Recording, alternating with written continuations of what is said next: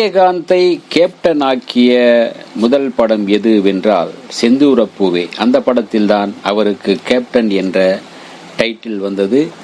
அந்த யூனிட்டில் இருந்தவர்களும் அவரை கேப்டன் கேப்டன் என்று அழைக்க ஆரம்பித்தார்கள். அந்த படத்தில் பல கதாபாத்திரங்கள் விஜயகாந்தை பார்த்து கேப்டன் கேப்டன் என்று அழைக்க ஆரம்பித்தன.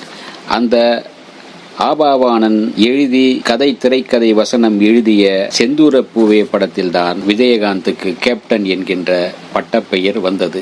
செந்தூரப்பூவே படத்தை பற்றி இன்றைக்கு பார்ப்போம். விஜயகாந்த், ஸ்ரீபிரியா, ராம்கி, நிரோஷா, பழம்பெரும் நடிகை விஜயலலிதா மற்றும் பலர் திரையில் நடித்தனர்.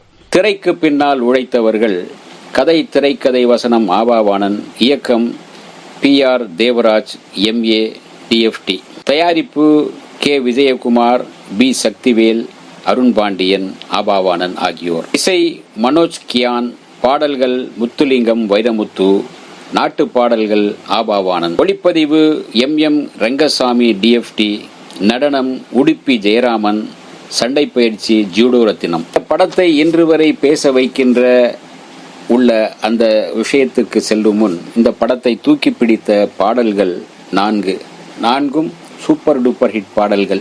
செந்தூரப்பூவே நீயும் தேன் சிந்தவா, கிளியே இலங்கையிலே இந்த சபையில் வந்தால் என்ன, சோதனை தீரவில்லை சொல்லி அழ ஆளும் இல்லை, கிளியே இளங்கிளியே இந்த சபையில் வந்தால் என்ன, சோதனை தீரவில்லை சொல்லி அழ ஆரும் இல்லை, சின்ன கண்ணன் போட்டத்து பூவாக, சின்ன கண்ணன் தோட்டத்து பூவாக. இந்த 4 பாடல்களும் சூப்பர் டூப்பர் ஹிட்டாக ஆனது. இன்று வரை இந்த பாடல்கள் எங்கும் ஒலித்துக் கொண்டுதான் இருக்கின்றன. செந்தூரப்பூவே படத்தின் கதை சுருக்கம் பார்ப்போம்.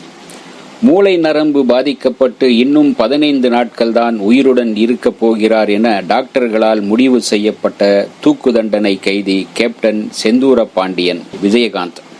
உடல்நிலை இவ்வளவு மோசமாக இருக்கும் இந்த நிலையில் அவர் மருத்துவமனையிலிருந்து பல கட்டுக்காவல்களையும் மீறி தப்பிக்கின்றார். தப்பித்த கேப்டன் நீலாம்பூர் கிராமத்திற்கு வருகின்றார். நீலாம்பூர் கிராமத்தில் தன் சிற்றன்னையின் விஜயலலிதா கொடுமையால் நித்தம் சாகும் பொன்னி நிரோஷா அந்த ஊருக்கே வேலைக்கு வரும் அசோக்கை, ராம்கியை காதலிக்கின்றாள்.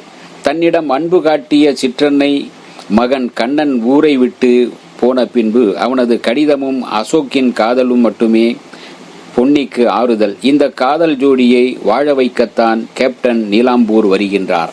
தங்கள் காதலை வாழ வைக்க கேப்டன் படும் சிரமங்களையும் அவர் உடல்நிலை நாளுக்கு நாள் மோசமாவதையும் கண்ட அசோக் அவரை மருத்துவமனையில் சேர்க்கும் பொருட்டு அவரிடம் மோசமாக நடந்து கொள்கின்றான்.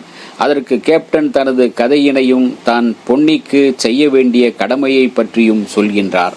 பொன்னியின் அண்ணன் கண்ணன் இங்கிருந்து கோபித்து கொண்டு கேப்டன் வீட்டில் டிரைவராக சேர்கிறான். டிரைவராக சேர்ந்தவன் அவர் மனைவி குழந்தை மேல் உள்ள பாசத்தில் குடும்பத்தில் ஒருவனாக மாறுகிறான். இந்த நிலையில் கேப்டன் மனைவி ஸ்ரீபிரியாவின் சாட்சியால் தண்டனை பெற்ற மலையப்பன் ஆனந்தராஜ் ஜெயிலில் இருந்து தப்பி கேப்டன் குடும்பத்தை அழிக்க வருகின்றான். மனைவி குழந்தையை சுட்டு கொன்று விடுகிறான். கேப்டனை சுடும் நேரம் கண்ணன் தன் தோட்டாவை வாங்கி கொண்டு கேப்டனை காப்பாற்றி விடுகிறான். உயிர் விடும் சமயத்தில் பொன்னியை பற்றி கூறி வாழ வைக்கும்படி கேட்டுக்கொள்கின்றான் கண்ணன். மலையப்பனை கொன்றுவிட்டு கேப்டன் போலீசில் சரணடைகிறார். இன்னும் 15 நாள் தான் உயிருடன் இருக்கப் போகிறோம் என தெரிந்தும் அவர்களை வாழ வைக்க தப்பித்து வந்ததை கூறுகின்றார் கேப்டன். சிற்றன்னையின் கோரப்பிடியில் இருந்து பொன்னியை மீட்டு அசோக் பொன்னியை தப்ப வைக்கிறார். அதற்கு விளையாய் தன் உயிரையே கொடுக்கின்றார் கேப்டன்.